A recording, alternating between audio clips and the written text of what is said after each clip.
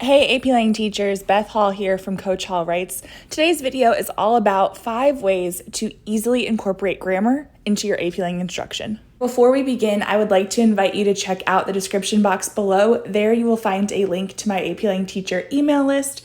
Basically, if you're on that list, you'll receive emails from me during the school year, either weekly or bi-weekly, full of different tips and resources and things like that. So I hope you consider joining. The first way to incorporate grammar into your AP Lang instruction is to incorporate it into assignments that you are already assigning. So I know many of us assign writing assignments throughout the year. Personally, I assign different types of assignments like a thesis statement, a well-developed paragraph, and then we build to essays. And so in some of these assignments, in the directions, I'll ask students to include a certain type of sentence in their response. And I'll usually have them highlight it because that makes it easier for me to find it when I'm grading. And usually it's only a point or two out of their overall grade for the assignment, depending on how much the assignment is worth. But it's a way for them to practice these different syntactical structures. It's a way to reinforce some of the grammatical terms we're going over in class as we're preparing for the ACT. And it's a way for them to demonstrate that they understand these concepts, because what I've noticed with some of my students is that as we prepare for the ACT, which is our state test for juniors, they'll get the multiple choice right, but when they're actually writing, they don't necessarily apply those skills. So it's a way to reinforce that because we've been talking about it in class. In the beginning, as students are getting used to this, I've found that including a mentor sentence is a good way to help remind them of what some of these terms mean. That way they can be more successful. And including a mentor sentence or just a sample sentence in your instructions is a way to reduce the amount of questions that students might ask you, which helps them feel like they have more understanding of the assignment and also a little bit more independence. The second method is one that I'm working on including more in my instruction. I've sort of done it spontaneously over the years, but I want to be more intentional with this one in the coming school year. And that is pointing out different syntactical structures in mentor text. So a lot of times students are very visual, and so if we can show them a particular sentence in a passage that we're reading that is quite effective, that is reinforcing some of the grammatical skills we might be covering in our standardized test prep review, it can really help students see how this is used in the real world. There are several ways that you can incorporate this tip into instruction, but here's one possible method. Let's say you're reading a passage where the writer or speaker is using dashes particularly effectively. You could stop and ask your students why the writer put dashes there. How does it help the reader? How does it help with clarity? Why is it grammatically necessary? And that could help students understand dashes a little bit better. If you've been watching my videos for a while, chances are you've probably picked up on the fact that I like to use sentence frames in my writing instruction. I believe that they really help novice writers learn to better articulate their ideas, giving them more confidence as they write. But it's also a way to reinforce grammar skills as well, because many of the sentence frames that I use have a more advanced syntactical structure. And so if you give them a sentence frame that has a comma or a semicolon in it used correctly, then it helps students understand to put those different pieces of punctuation in their own sentences. So it's a way to not only teach them to better articulate their analysis, but also it reinforces grammar instruction. So if you're curious about sentence frames, I have some videos on them, both how I teach with sentence frames and just some videos where I include sentence frames so that you can start to use them in your own instruction. And if you want more access to my sentence frames, I'll include some links in the description box below.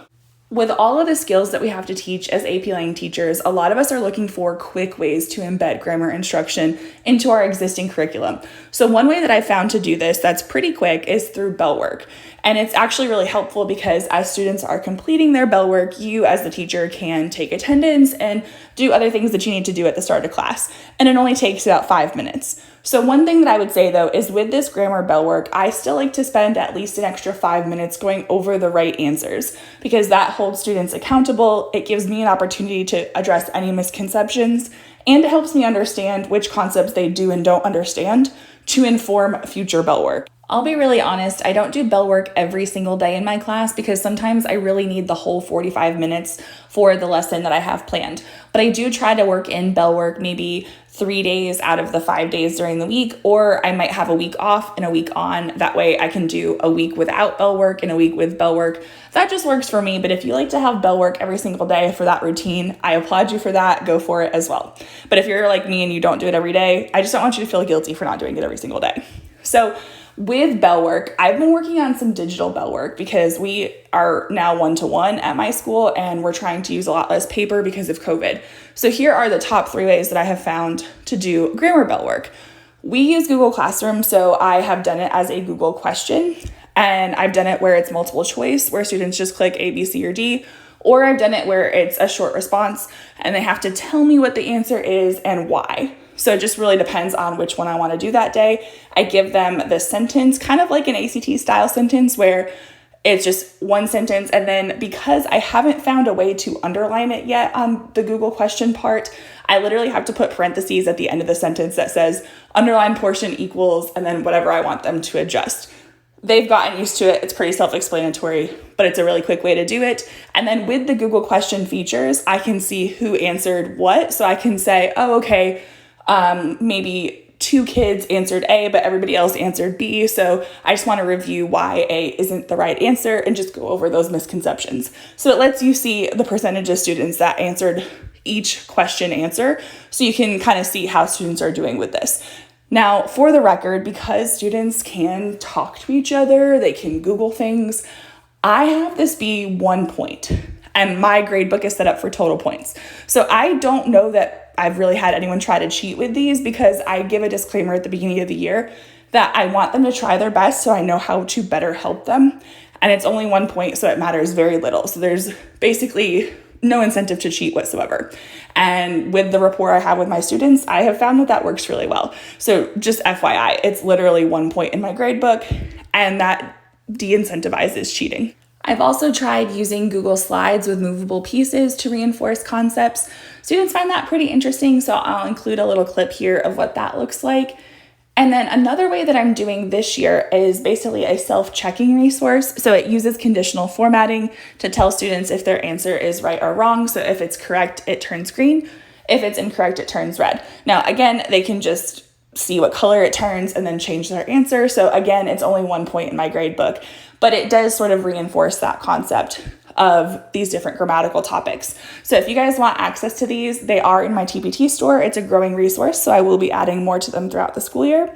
And I've done the work for you if you don't want to do it yourself. So feel free to snag that resource if you think it would help you. The final way to incorporate grammar into your AP Lang curriculum is to do practice tests. Now, there's a variety of ways that I've done this in the past. I've done multiple choice Monday for a while, and students liked that because they knew every Monday that they would be given a passage.